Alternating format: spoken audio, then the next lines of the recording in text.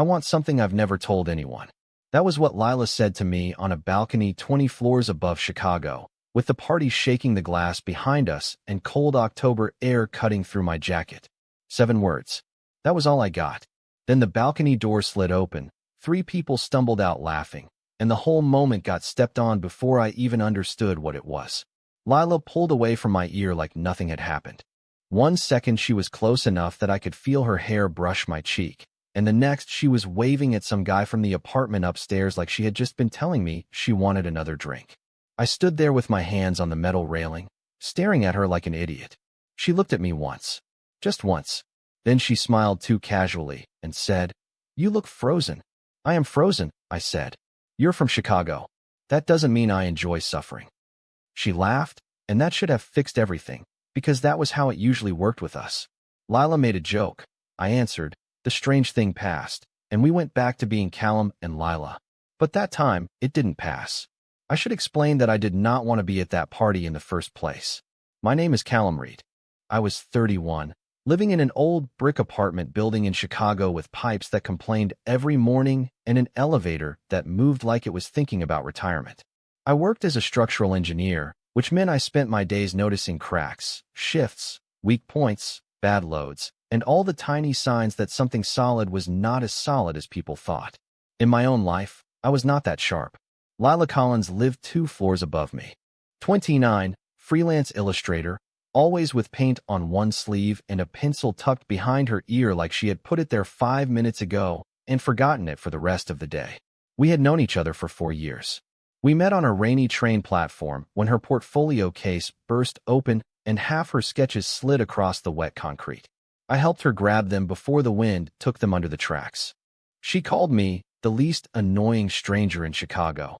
And somehow that became coffee, then dinners, then emergency calls, then the kind of friendship where you no longer knock before entering, unless one of you was mad. That week, I had been mad at everything. Work had been a mess. A project I had warned people about went sideways. 2 supervisors acted surprised, and I spent 3 days cleaning up a problem I had pointed out in writing.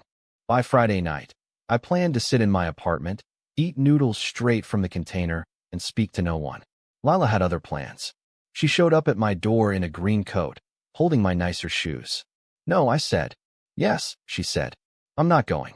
"You are absolutely going." I looked tired. "You always look tired. Tonight you'll look tired in public." That was Lila. She could push without making it feel like she was taking over. She knew when I needed quiet, and she knew when quiet had turned into hiding. So I went. I complained the whole cab ride, but I went. The party belonged to a friend of a friend in a glassy building near the river. Too many people, too much bass, too many lamps with bulbs that made everyone look better than real life. Lila knew half the room within 20 minutes. I knew the location of every exit. For the first hour, she kept checking on me from across the room. Not in a clingy way, just little looks. Eyebrows raised, asking if I was alive. I would lift my cup. She would roll her eyes. We had our own language by then, built from years of grocery runs, broken sinks, bad dates, missed trains, and those evenings when one of us sat on the other's couch and said nothing because saying nothing was better than saying the wrong thing. At some point, the music got louder, or maybe I just got tired of pretending I was enjoying it.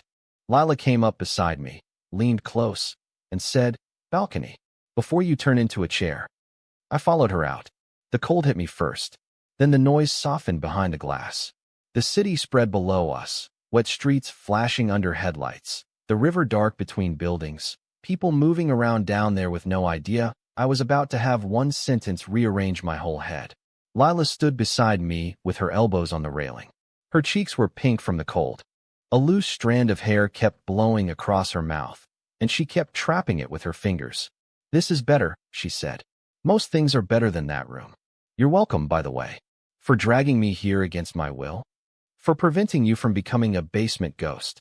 I live on the 6th floor. Emotionally, basement." I laughed because she was right, and because it was easy with her. It was always easy with her. That was the problem, though I did not know it yet. We talked about my bad week. Not in detail. She already knew the details because I had called her from the office stairwell on Wednesday and talked for 16 minutes while she listened and made soft, angry noises on my behalf. On the balcony, she just asked, "Still thinking about it?" A little. Liar. Fine. A lot. She nodded like she had expected that. You did what you could. I hate when people say that. I know. That's why I waited until you couldn't escape. I turned toward her, ready with some dry answer, but she was not smiling anymore. That was when the air changed. Not in some dramatic way. There was no music swell. No perfect silence. The party was still thumping behind us. Somebody inside yelled over a song. A siren passed far below. But Lila looked at me differently, and for once I did not know what to do with it. She stepped closer because the music jumped louder behind the door. Her shoulder touched my arm. Then she leaned in, her mouth near my ear, and said those 7 words. I want something I've never told anyone. My hand tightened around the railing. What? I asked, but too late. The door opened, laughter spilled out, and the moment broke apart. After that, she was normal. Too normal. She introduced me to someone named Derek. She stole a cracker from a fancy tray and said it tasted like cardboard with ambition. She made fun of my stiff party posture. She found my coat before I even remembered where I had left it. In the cab home, she sat beside me and talked about a client who wanted a children's book Fox to look more financially responsible. I laughed at the right places, but I kept turning those 7 words around in my head. I want something. Something what? Something for me. Something with me. Something she had never told anyone. At our building, the lobby smelled like rain and old radiator heat. The elevator took forever, like always. We stood shoulder to shoulder, watching the numbers climb. You survived, she said. Barely. Don't be dramatic. You dragged me into a room full of strangers and lamps. Poor Callum. The elevator stopped at my floor first. I stepped out, then turned back. She had one hand on the door, holding it open. For half a second, I almost asked her. About the balcony. About the sentence. About the way she had looked at me. But she smiled and said, Sleep, Reed. So I nodded like a coward. Night, Collins. The doors closed between us. I went into my apartment, kicked off my shoes, and stood in the dark kitchen without turning on the light. Above me, faint through the ceiling, I heard her footsteps cross her apartment. I knew the sound of them. That was how familiar my life had become with her in it. I knew when she came home tired. I knew when she was painting late. I knew when she dropped something because there was always one sharp thud followed by silence. Then a text that said, Pretend you didn't hear that. I told myself the balcony meant nothing. Maybe she wanted a new job, a trip, a different life. Maybe she was about to confess she wanted to move away, or quit illustration, or buy one of those ugly little dogs she claimed to hate. But then I remembered the lasagna. 3 months earlier, after a rough site meeting, I came home so angry I could barely speak. Lila had shown up 20 minutes later with a foil-covered dish and no questions. She just put it in my oven, sat at my table, and drew in her sketchbook while I stared at the wall. When I finally said, I don't want to talk, she answered, Good. I brought food, not a courtroom. I remembered the night she fell asleep on my couch while I worked at the table. She said she was keeping me company because my apartment felt like a sad math cave. She had a deadline of her own, but she stayed until 2 in the morning anyway. I remembered a dinner in June, at that small place near Damon where she loved the lemon pasta. She looked at me across the table while I was telling some boring story about a bridge inspection, and for 1 second her face changed. Softened. Opened. Then she looked down too fast and made a joke about my inability to describe anything without measurements. At the time, I thought I imagined it. Lying awake that night, I was not so sure. The ceiling creaked above me. Her apartment went quiet. I stared up at it like answers might leak through the plaster. Lila had been beside me for 4 years. So close she had become part of the shape of my days. The call after work. The spare key. The extra coffee. The voice in the hall. The person I trusted without thinking. And sometime in the dark, while the city kept moving outside my window, a thought landed so clearly I sat up in bed. Maybe Lila had been telling me for months. Not with one big confession. With everything else. And maybe I had missed it because I had called it friendship every time it felt like home. I did not go upstairs the next morning. That sounds simple, but it took more effort than I want to admit. I woke up after maybe 3 hours of sleep, still in the same clothes I had worn to the party, with my phone on my chest, and one thought sitting there like it had been waiting for me. Lila. Not Lila, my friend. Not Lila from upstairs who stole my hoodies when her apartment got cold. Not Lila who complained about my empty fridge like it personally disappointed her. Just Lila. And that was the problem. At 8:12, she texted me. You alive? I stared at it for almost a full minute before answering. Barely. You? She sent back a picture of her coffee mug beside a plate with half a burned bagel on it. Thriving. Normal. Easy. Nothing strange in it. I told myself that was proof I had imagined the whole thing. Maybe she really had been about to say she wanted something simple. A vacation. A change. A new couch. Lila was always saying things dramatically and then acting like everyone else was weird for reacting. But my brain would not let go of the way she had leaned in. I spent Saturday doing nothing useful. I cleaned my kitchen even though it was already clean. I opened my laptop and closed it again. I went downstairs to grab coffee and walked past the elevator 3 times like her floor might call me up by accident. It didn't. Around noon, she texted again. Soup tonight. I made too much. That was normal too. We did that all the time. One of us made too much food. The other one showed up. No invitation needed beyond one line. Usually I would have answered yes before thinking. Instead, I typed, deleted, typed again, then finally sent. Can't tonight. Work stuff. It was a lie. A small one, but still. 3 dots appeared. Disappeared. Appeared again. Then she wrote. Okay. Don't become a spreadsheet. I smiled at that, but it bothered me. Not the joke. The space under it. She had noticed something. Of course she had. Lila noticed everything when it came to me, even when I was pretending there was nothing to notice. On Sunday, I went for a walk along the river because staying inside made the ceiling feel too close.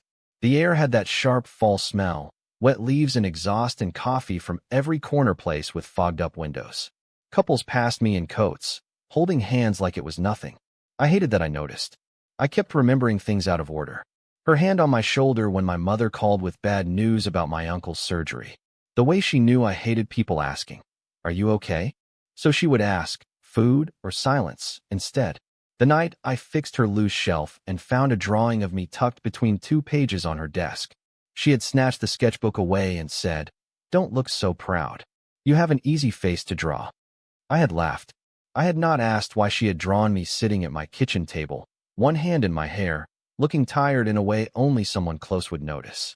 By Monday, I knew I was not only thinking about her feelings. I was thinking about mine. That was harder, because once I let myself look at it straight, I saw how careful I had been. I knew how she took her coffee when she was working, how she drank tea when she was worried, how she painted faster when she was trying not to talk, how she got quiet before saying something important. I knew which side of the couch she liked. I knew she hated being called talented by clients who paid late. I knew she wore yellow when she wanted to feel braver than she felt. I knew too much to pretend I had not been paying attention. And maybe I had hidden it inside the word friendship because friendship was safe. Friendship did not ask me to risk the person I called when my day collapsed. Friendship did not make me stand in front of her door with my pulse acting stupid. Tuesday evening, I finally went upstairs. The elevator smelled like someone's takeout and old metal. I watched the numbers climb and almost hit my own floor again. Then the doors opened. Lila's hallway was warmer than mine. Her door had a small paint smudge near the handle from a year ago, when she had carried a wet canvas in one hand and groceries in the other and refused help until she dropped the oranges. I knocked. For once, I did not just use my key. There was a pause, then footsteps. The door opened, and Lila stood there in gray sweatpants, bare feet, and an old white shirt with blue paint near the collar. Her eyes moved over my face. "Oh," she said. "Hey. Hey." Neither of us moved. Behind her, I could smell acrylic paint and peppermint tea. Her apartment looked like she had been arguing with it. 3 canvases leaned against the wall, all turned away. Brushes sat in a jar by the sink. A blanket was twisted on the couch. She had been painting too much, which meant she had been thinking too much. "You can come in," she said. I stepped inside. She closed the door but stayed near it, like she needed the option to open it again. I looked at the canvases. "Busy week." Something like that. "Lila." She looked down at her hands. There was dried green paint on her thumb. I took a breath. "What were you going to say on the balcony?" Her mouth tightened. Then she gave a small laugh that did not sound like her. "Wow. Right to it." I've been trying not to be right to it for 3 days. I was probably just being dramatic. "No." She looked at me then. I kept my voice as even as I could. "You can tell me it's none of my business. You can tell me you changed your mind. But don't tell me I imagined it." For a second, she looked tired. Not annoyed. Not trapped. just tired in a way that made me hate myself a little for missing it before. She walked past me to the kitchen and picked up her mug, then set it back down without drinking. I shouldn't have said anything, she said. That's not an answer. It's the easiest one I have. I moved closer, but not too close. Was it about me? Her eyes shut briefly. That was answer enough. I nodded, even though my chest had gone tight. How long? Callum. How long? She leaned back against the counter. 7 months. Around there. 7 months. I actually looked away, because hearing it out loud made every memory line up too fast. The lasagna, I said. She frowned. What? When I had that terrible week in July. You brought dinner and sat with me for 2 hours. That's not proof of anything. You were miserable, and your fridge had mustard and 1 lime in it. The drawing on your desk. Her face changed. The dinner at Damon, I said. When you looked at me, and then looked away like you got caught. She folded her arms, but there was no fight in it. Please don't do this like you're presenting evidence. I'm not trying to corner you. It kind of feels like it. That stopped me. I took a step back. I'm sorry. She rubbed both hands over her face, careful not to get paint near her eyes. I didn't tell you because you're my best friend. That's the whole ugly little center of it. You were not some guy I could take a chance on and then avoid if it got weird. You're you. You're the person downstairs. You're the person I call when my sink leaks or when a client makes me want to throw my tablet out the window. I didn't want to drop my feelings into your lap and make you feel responsible for them. I stood there quiet. She kept going, softer now, and I didn't want to lose what we had just because I wanted more than I was allowed to ask for. That hit harder than I expected. You were allowed to ask, I said. No, she said. I was allowed to feel it. Asking is different. I had no quick answer for that. Maybe because she was right. I looked around her apartment, at the turned canvases, the cold mug, the blanket on the couch. I thought about all the nights she had made room for my mess without asking me to name it. I'm not here because I feel guilty, I said. She watched me carefully. I need to understand where I am in this, I said. Because I don't think it's nothing. I know it's not nothing. I just don't want to say the wrong thing because I'm scared of the silence. Her face softened, but she did not move toward me. Okay, she said. That's it. What do you want me to do, Reed? Give you a deadline? No. Then take the space. I'm not going anywhere tonight. I almost smiled. Tonight. I reserve the right to be dramatic later. That made both of us laugh. Barely, but enough to let some air back into the room. I left a few minutes after that. Not because I wanted to, but because staying would have turned into reaching for her before I understood why. At the door, she touched my sleeve. Callum. I turned.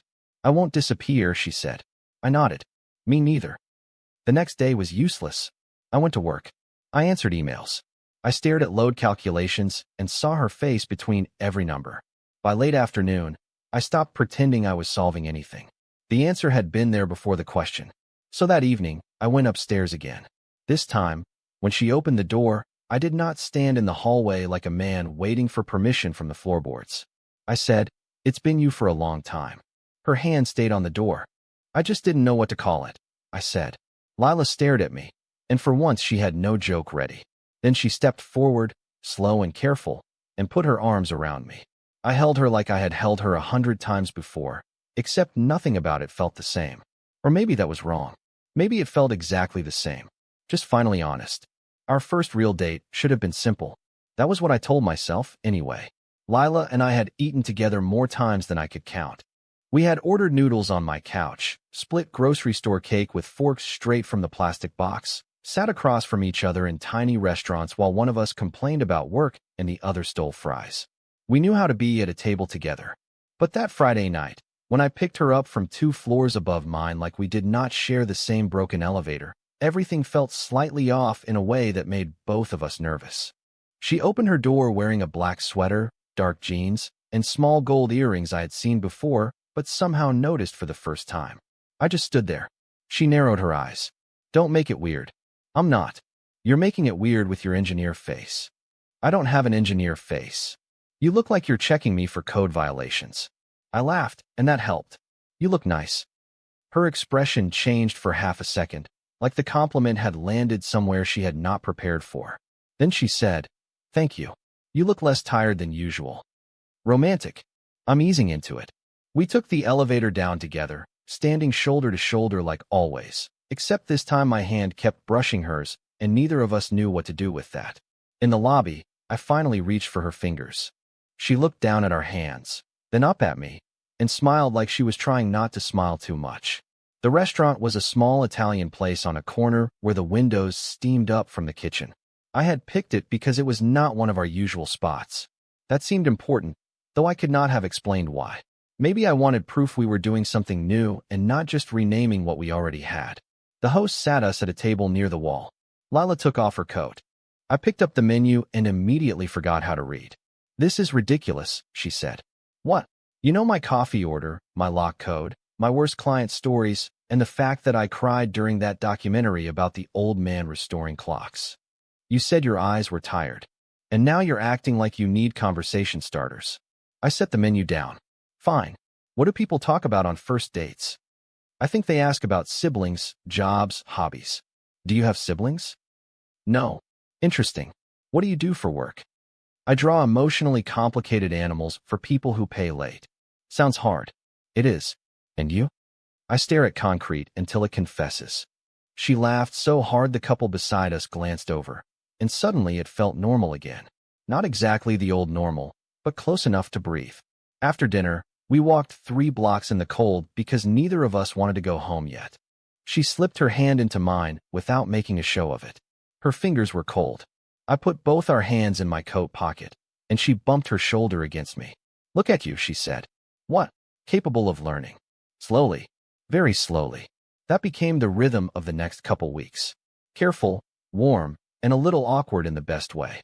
Her mug appeared in my cabinet. Not because we discussed it. She left it after spending the night on my couch while I worked late, and I washed it and put it beside mine. The next morning she opened the cabinet, saw it there, and got quiet. "You kept it here," she said. "You use it here." That's a dangerous level of logic. I started buying the tea she liked, the one that smelled like mint and something floral I pretended not to notice. She left a book on my side table, then a hair clip on the bathroom sink, then a charger in my kitchen outlet. Every object felt small until I realized my apartment was slowly learning her. She came down after work with pain on her wrist and her laptop under her arm. I brought dinner upstairs when she had deadlines. Sometimes we kissed in the hallway like teenagers with rent. Sometimes we sat on the couch with our knees touching and said nothing because we already knew silence was part of us. The strange thing was that being close did not scare me as much as I expected. What scared me was how easy it was. Like we had stepped through a door and found out the room had been furnished for years.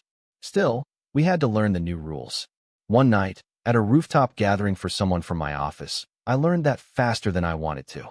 Lila came with me because she said I should not be trusted alone at social events. She wore a long coat and red lipstick, and I kept losing my train of thought whenever she looked at me.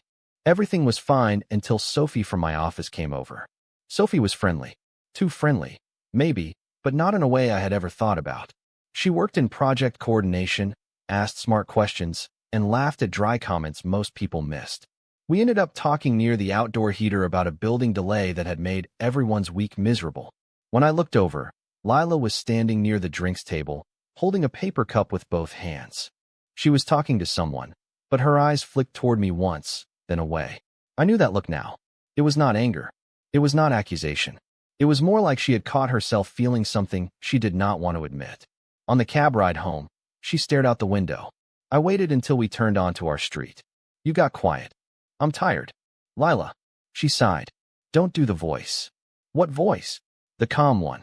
The one where you already noticed the thing, and now you're making room for me to say it." I almost smiled. That sounds like a useful voice. "It's annoying." "Were you bothered by Sophie?" She looked at me then, embarrassed and defensive at once. "No." "Okay. Maybe." I nodded. She groaned softly and leaned her head back against the seat. "I hate this. I hate being that person." "You're not that person." I got weird because a pretty woman from your work laughed at something you said. She laughs at everyone. It's an office survival skill. That does not help. I reached for her hand on the seat between us. "I'm glad you told me." "I barely told you." "You told me enough." She looked down at our hands. "I don't want to become difficult." "You're not difficult. You're new at this with me." "I am too." That made her quiet in a different way. When we got out of the cab, she did not let go of my hand in the lobby. She kept holding it in the elevator too. Even when Mrs. Alvarez from the third floor got on with her little cart and looked at our joined hands with open interest. "Oh," Mrs. Alvarez said. Lila lifted her chin. "Evening." Mrs. Alvarez smiled like she had just watched the ending of a show she had been following for years.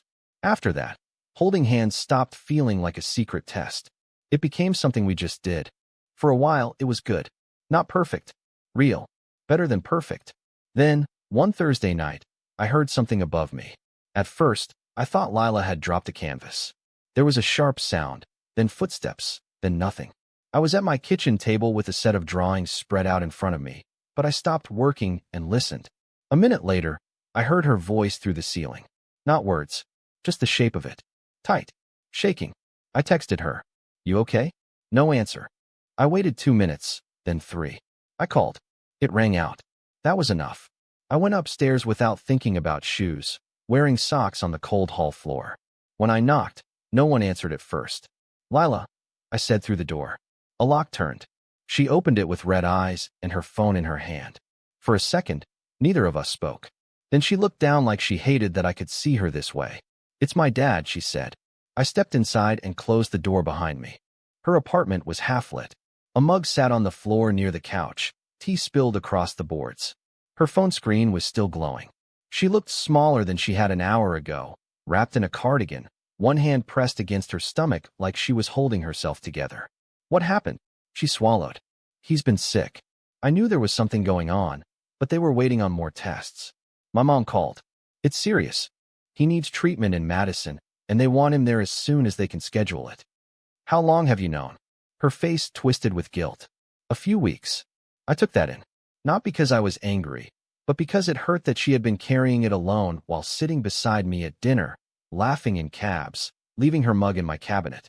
"Why didn't you tell me?" "Because we had just become this," she said, her voice breaking on the last word. "And I didn't want to bring fear into it right away. I didn't want you to feel like you had to step in." I moved closer. "Lila, I thought I could handle it until I knew more. And now," she shook her head, "now I don't think I can drive there without falling apart." I did not have to think. "I'm coming with you." She looked up fast. "Callum, no? You have work." "I'll call in." "You don't have to do that." "I know. My mom can pick me up." "I'm sure she can." "You're not listening." "I am," I said. "I'm coming with you." Her eyes filled again, and she looked away like she was trying to stay composed out of habit. "This isn't the easy part," she said. "I know. No, I mean it. This is not dinner and hand-holding and jokes in the elevator.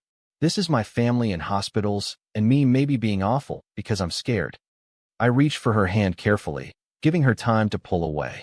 She didn't. "I didn't show up because I only wanted the easy part," I said. Her fingers tightened around mine.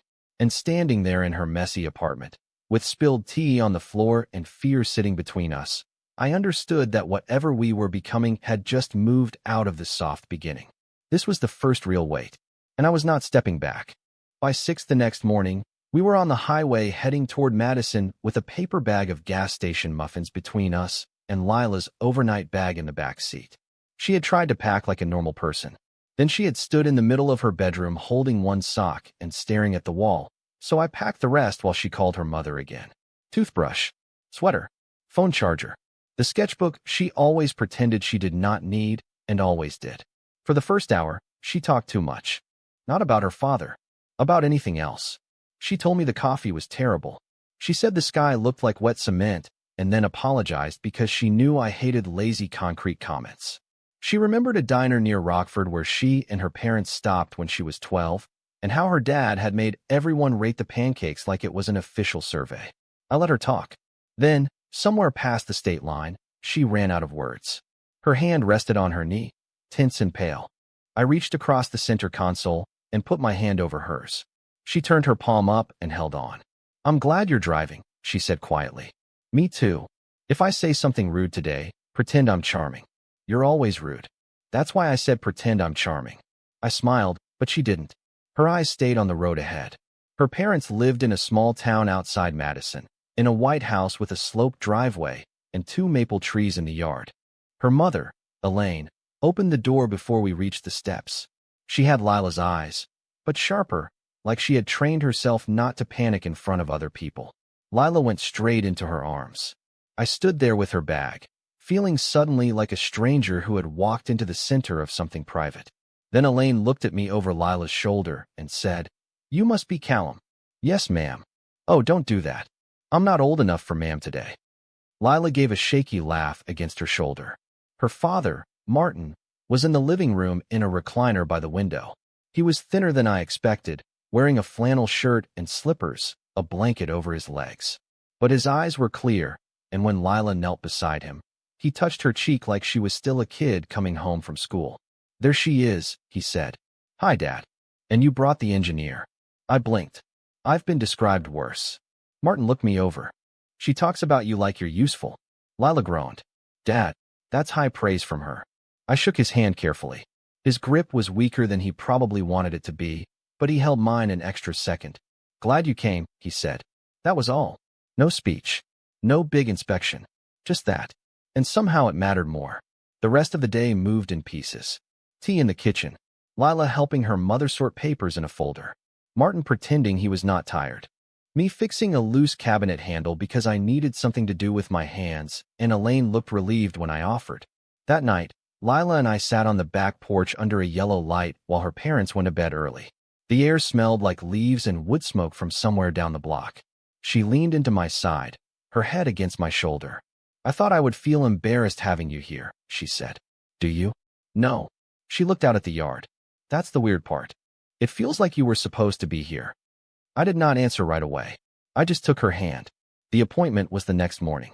The waiting room had bad coffee, plastic chairs, and a television mounted too high on the wall with the sound off. Elaine sat straight-backed with her purse in her lap. Martin was taken back first for another scan and more questions. Lila sat beside me with her hands locked together so tightly her knuckles looked white. I wanted to say something helpful.